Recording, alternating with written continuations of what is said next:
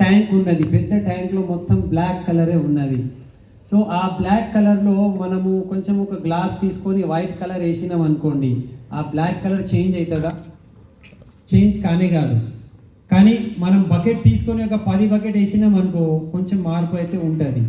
కానీ అదే మనం 10 డ్రమ్ వైట్ కలర్ వేసినాం అనుకో, మార్పు ఉంటుంది కదా, ఆ బ్లాక్ కూడా వైట్లో మారిపోతుంది.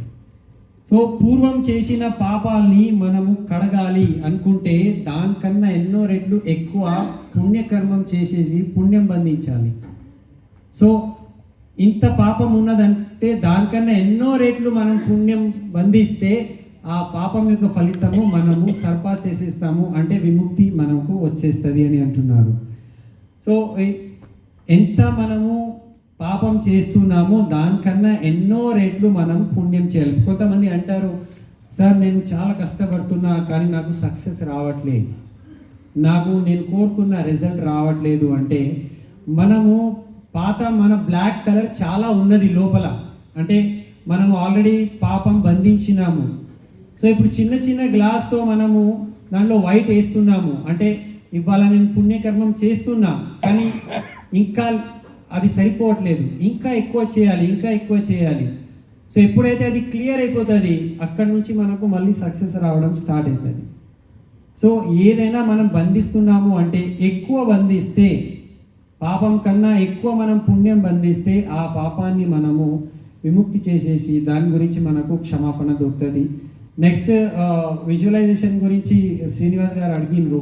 సో మనం విజువలైజ్ చేస్తాం కదా, దాని యొక్క రోల్ ఏమున్నది అంటే మనం ఎవరి గురించి అయినా పాజిటివ్ విజువలైజ్ చేస్తే, ఇతను సక్సెస్ కావాలి, ఇతను మంచి ఆరోగ్యంగా ఉండాలి, ఇతనికి సక్సెస్ రావాలి అనుకుంటే మనం పుణ్యం కడుతున్నాము. అదే సమయంలో ఇతనికి లాస్ కావాలి, అసలు ఇతనికి ఏం సక్సెస్ రావద్దు, ఇతను బిమార్ కావాలి, ఇతనికి నాశనం అయిపోవాలి, ఇతను చచ్చిపోవాలి అని అనుకుంటే మనము ఏం చేస్తలేము, కానీ జస్ట్ విజువలైజ్ చేసుకుంటే కూడా మనం పాపమే బంధిస్తున్నాం అక్కడ. సో ఇక్కడ రామ్ అండ్ రావణ్ గురించి చెప్పారు. రావణ్ అంటున్నాడు నాకు సీత కావాలి, నాది అని అనుకుంటున్నాడు. కానీ రాముడు అక్కడ నేను రావణునికి చంపేస్తాను అని లోపల భావన లేదు. జస్ట్ భావన ఏమున్నదంటే నా సీతకి నేను తీసుకురావాలి. ఓకే, సో ఇక్కడ పర్పస్ క్లియర్ ఉన్నది, లోపల భావన ఏమున్నది, శుద్ధమైన భావన రాముడు లోపల ఉన్నది. జస్ట్ ఏమున్నదంటే సీతకి తీసుకురావాలి. కానీ రావణం లోపల ఏమున్నదంటే సీత నాకే కావాలి అని ఉన్నది. సో పర్పస్ క్లియర్ అయిపోతే, క్రిస్టల్ క్లియర్ అయిపోతే మొత్తం భావన అక్కడ మారిపోతుంది. చూడండి,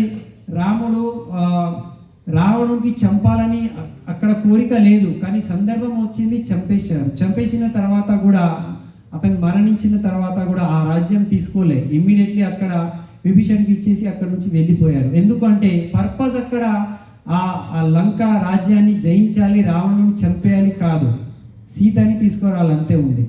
సో ఎప్పుడైతే పర్పస్ క్లియర్ అవుతుంది మన భావన లోపల వేరేగా అయిపోతుంది. మనం పాపం కడతామా పుణ్యం కడతామా మన పర్పస్ మీదనే ఆధారపడి ఉంటుంది. సో పర్పస్ క్లియర్ పెట్టుకోండి అని చెప్తున్నారు.